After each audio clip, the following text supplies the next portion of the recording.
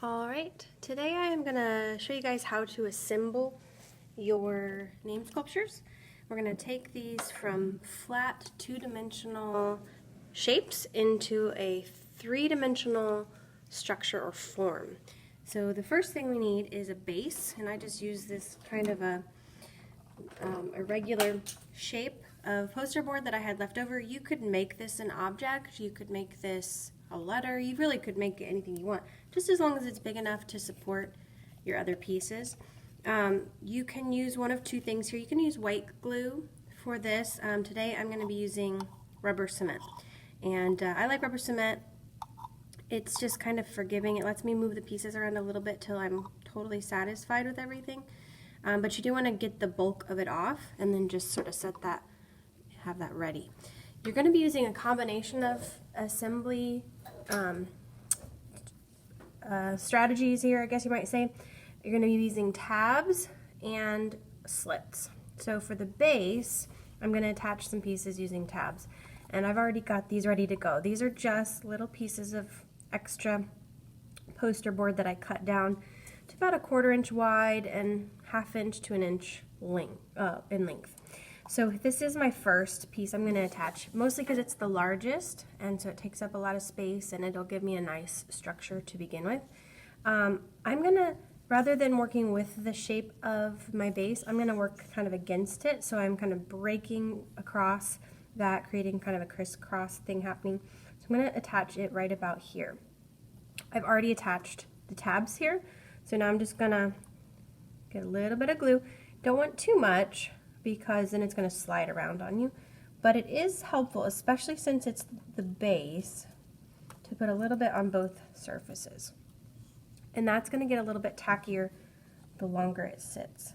So I'm going to hold that down just for a few minutes. It will slide around a little bit if I want to adjust it while it's still wet. And it takes a few minutes for it to really fully set up. While it's still wet, it can be removed pretty easily without doing too much damage to the paper. In fact, if you get rubber cement someplace you don't want it, just let it dry and then you can literally just rub it away. It gets kind of gummy and just rubs away.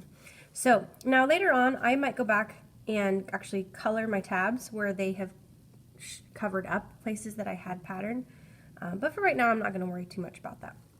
Now if you've ever built a house out of a deck of cards, you know that this one single piece is not going to want to stay up for very long without some support. And so my next piece, I'm going to intentionally make sure that I attach something that it can kind of lean up against and create some support for it. And so I'm going to go with my next, really one of my larger pieces again, and I've got 2 tabs already attached. So once more, might have to get a little bit of fresh glue there, just a little bit too much, and it's just going to slide around on you.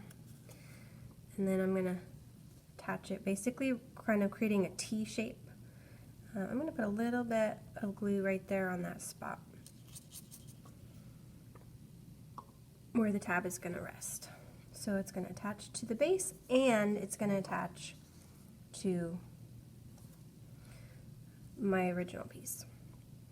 So now they can lean up against each other, support each other, which is going to be important as we continue, because this is going to get taller and bigger, and there's going to be more pieces. And so getting that base really nice and solid is going to be important. Okay, so I want to show you the other strategy for attaching pieces, and that is to do a slit. Now, I've got this piece already ready. I've done the cut. What I want you to notice is that it is a very small cut. I am not going to cut a very big piece there, or else it's not going to secure very well. I have also created a very small cut in the top of my E. And so I like to just get a little bit of glue in there, and then I'm going to slide him down. And he's going to sit kind of crisscross in that little spot. Okay, let me show you attaching another piece. This piece I'm going to attach doing a combination of a cut and a tab. So I'm going to have him kind of lean in here, and I want him to be supported right here. So let me show you what that cut looks like. I'm going to do it at a little bit of an angle, and I'm going to do another one right beside it. Super skinny piece, just a tiny bit I've actually removed there. So you can see that's going to slide in right there.